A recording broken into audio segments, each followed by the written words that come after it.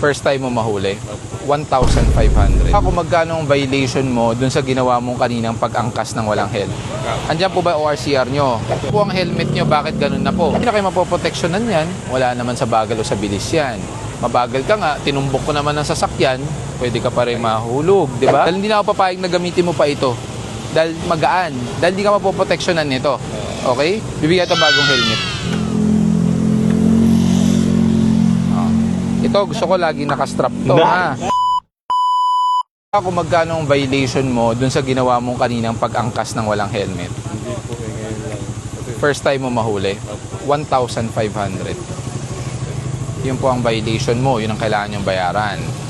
Ngayon, since kalalabas nyo lang ng access road, at yung inangkas nyo naman, naglakad na po ba? Sumakay na po sa jeep yun. Kasi Sumakay na. Okay, so hindi nyo na iaangkas. Hindi. Andyan po ba ORCR nyo? Ito, ano yun? Rehistrado pa ba? O, rehistrado pa hanggang 2028. Yung lisensya, valid naman. Valid. Saan po ba kayo nagtatrabaho? Dito po.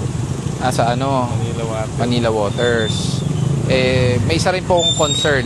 Kamusta po ang helmet nyo? Bakit ganun na po? Ha? Ano kasi sir, mag-aang siya. Iniiwan-iwan ko. Pag yung mabigat ko ang dinala ko, hindi ko maiiwan talaga eh. Pag nag-i-inspect. So may ibang helmet po kayo? Kaya po kahit iwanan ko dyan, okay lang, walang kukuha. Pero kuya, sira-sira na yan. Paano yan? Yan ang gamit mo araw-araw.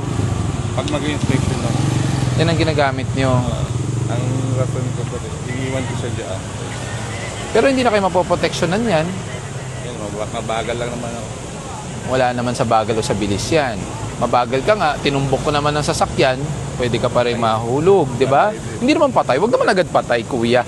Pwede kang mahulog, sumemplang. Pag sumemplang ka, pwedeng mahulog na yung helmet mo at di ka na mapoproteksyonan yan, di ba? Kasi tinan mo naman, Alam ko naman dito siya, kaya lang. gusto mo bang bigyan kita ng konsiderasyon? Pwede naman. Salamat po. Ay, kumakain na. Naku, patay. Dati pinapanood ko ito. Naku, patay. Ako ang mapapanood. Tanggalin mo yung helmet mo. Pagbibigyan kita, pero kukumpiskahin ko na to. Dahil hindi na ako papayag na gamitin mo pa ito. Dahil magaan. Dahil hindi ka mapoproteksyonan nito. Okay? Ito mo naman. Nasaan na ba yun? Yung rubber. Ayan, oh. Hindi na ako papayag na gamitin mo to. Bibigyan ito bagong helmet.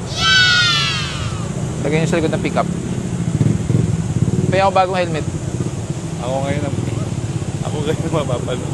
Hindi, kasi hindi na ako papayag. Tino mo naman yung helmet mo. Pag hinayaan kita na yun ang helmet na gagamitin mo pa rin, para kitang kinonsinti, kahit hindi not proper, saka hindi ka na mapoproteksyonan, okay lang sa amin. Diba? Tandaan nyo, hindi kami nanguhuli dahil gusto lang namin manghuli. Nanguhuli kami dahil may batas na sinusunod at syempre, safety ng motorista. Diba? Salamat ako.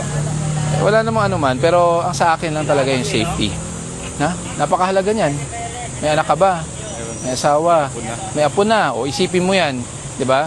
Kabait naman si tatay pagbigyan natin ng konti. Sa susunod, ayoko mag-aangkas ka ng walang helmet, ha? Halika dito, yan ang lisensya mo.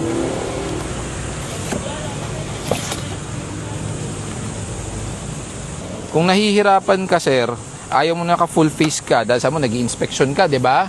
Pag ibababa mo yan, pag gusto mo full face, itong pula. Pindutin mo, baba. Okay? Pag sabi mo, nahihirapan ka kasi nag-inspection ka, kapain mo sa ilalim yung pula, angat. Modular na. Okay? Halika, subukan natin. Kesa magbayad ka ng 1.5. Ito, gusto ko lagi nakastrap to, ha? Safe. Sige po, saglit lang po, ha? Saglit lang po. Ayusin ko lang po yung helmet ni tatay. Yan. Luwagan natin. Ayan. Para pag nagkaroon, ano, di ba? Hindi naman mabigat. Oo, 'di ba? O para hindi ka mapuwing, pwede mo gamitin 'to. Baba mo lang 'to. Ito nasa gilid. Itong may control set. Ito, yan. Yan. I-slide down mo lang. Slide down, slide up. Okay? O, sige sa susunod, ha? Hindi sa lahat ng oras pagbibigyan ka, ha? Salamat po. Sige, sige.